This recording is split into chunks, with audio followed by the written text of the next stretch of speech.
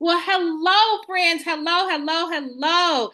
It is Desiree here with Dejanay Events in Chicago, but I am also your MC for the 2025 World of Weddings Annual Conference in New Orleans in November.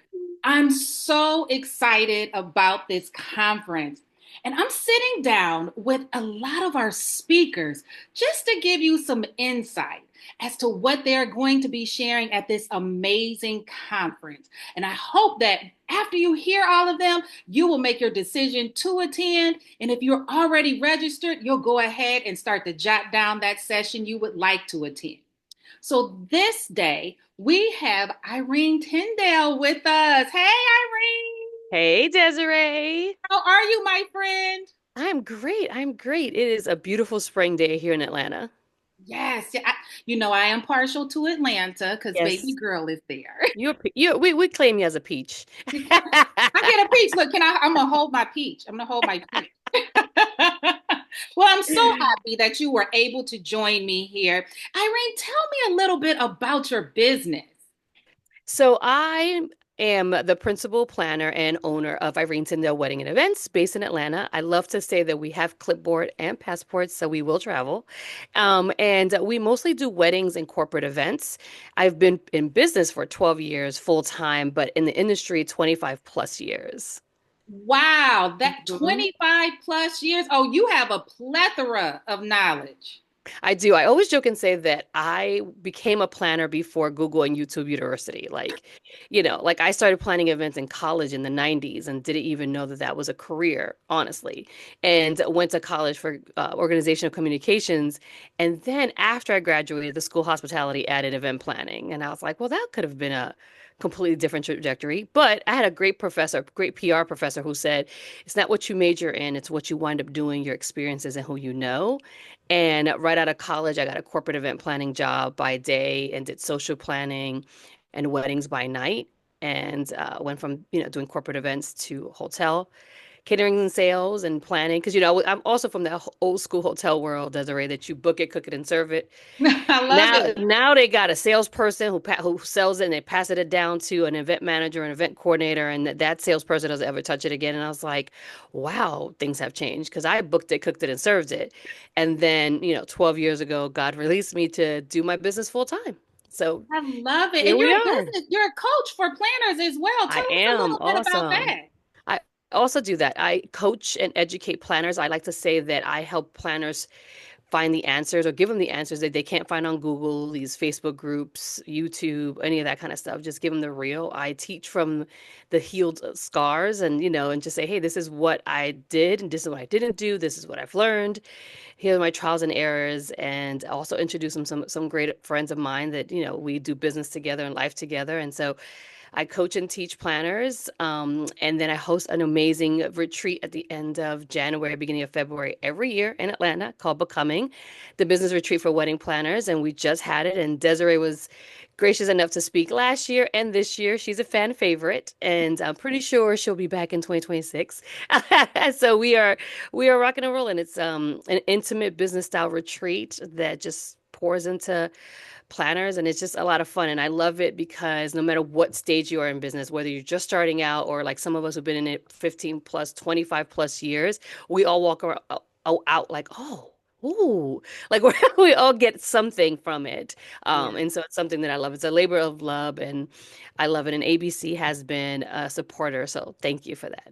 Oh, I love it. I love it. And with that being said, obviously you've been an educator for such a long time. You have Mhm. so much wealth, you have so much knowledge, just a Mhm. wealth of knowledge. What are you going to be sharing at the annual conference? What is your title and what are we going to hear from you?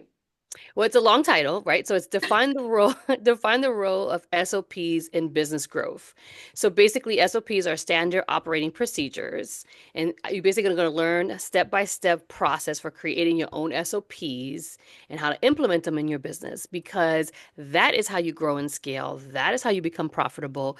It's funny because it hit me last year. I was talking to my coach, and we were just going back and forth, and I said, I went to college for Orcom. And she was like, I didn't know that. I was like, yeah.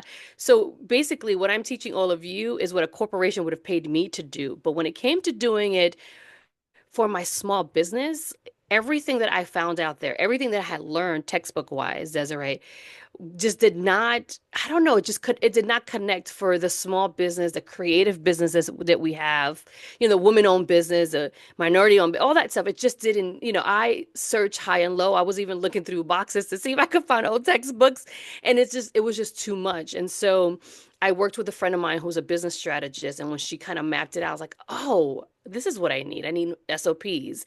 But it also started with an employee, an intern. I had an intern who turned employee. And when I promoted her to be a coordinator, lead coordinator, she's like, great. I know how to execute it, but I need everything that's in your head on paper. And I looked at Mm. her like, what do you mean? She's like, I need to know the Irene way, the ITWE way. Like, how do I take them from the booking, from onboarding all the way to offboarding? Like, how do I do it on paper? And, I was like, oh, I have a full-fledged business. So I've worked at it and it's a work in progress. I mean, we're revamping them now, reviewing them now, especially since I actually created a template for people to do that, just that, is to create the SOPs.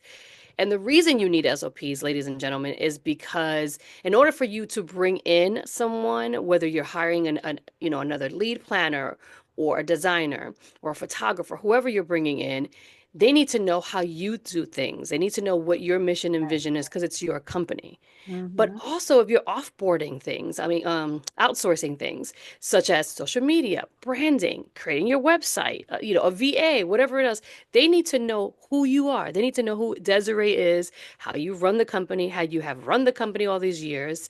And I know it's hard because you have to sit down and create these step by steps.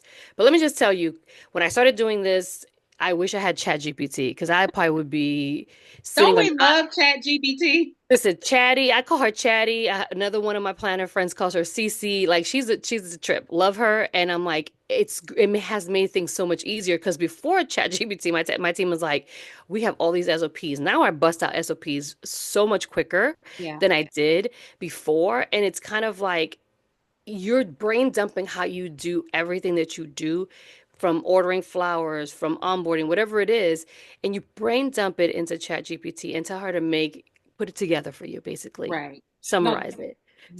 listen, Irene, I'm excited because I'm old school. Mm-hmm. I come from the era of having an employee manual. Right. Right.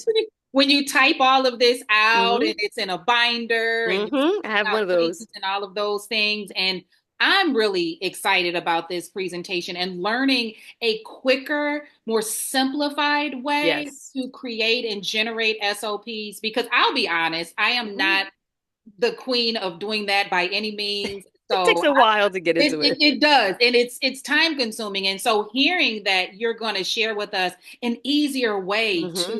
to create those, I'm really, really excited about attending your session. So let me ask you this. What is that one takeaway that you could share with us to make sure that the attendees understand how great your session is going to be and that they should definitely be in those seats?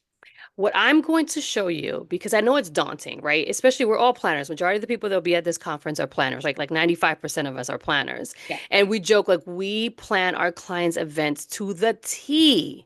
Like there's not an I that's not dotted, a T that's not crossed. But ask us to sit down and do these SOPs or do these workflows or balance a checkbook. It's hard because we rather go do that for someone else. But when I tell you that creating these SOPs, Desiree, is going to bring you profitability Yes. and it's And that's going to what we be, want. yeah, that's it. And growth. I think so many times, we are like, oh, I have to do it all. No, if you put it on paper, there's someone else that could do it so that you could free up your time to do what CEOs do, which is grow the business, scale the business, the visionary, the face of the company, whatever you decide to do. Well, thank you so much, Of Irene. This course. has been a wonderful, wonderful conversation. I appreciate you so much for I'm jumping on excited. here. And for those that are watching, those that are tuning in, Irene's session is one that you definitely want to make sure that you attend at the World of Weddings annual conference in New Orleans this November. She is one that you definitely do not want to miss. I'll see you all later, and thank you so much for watching.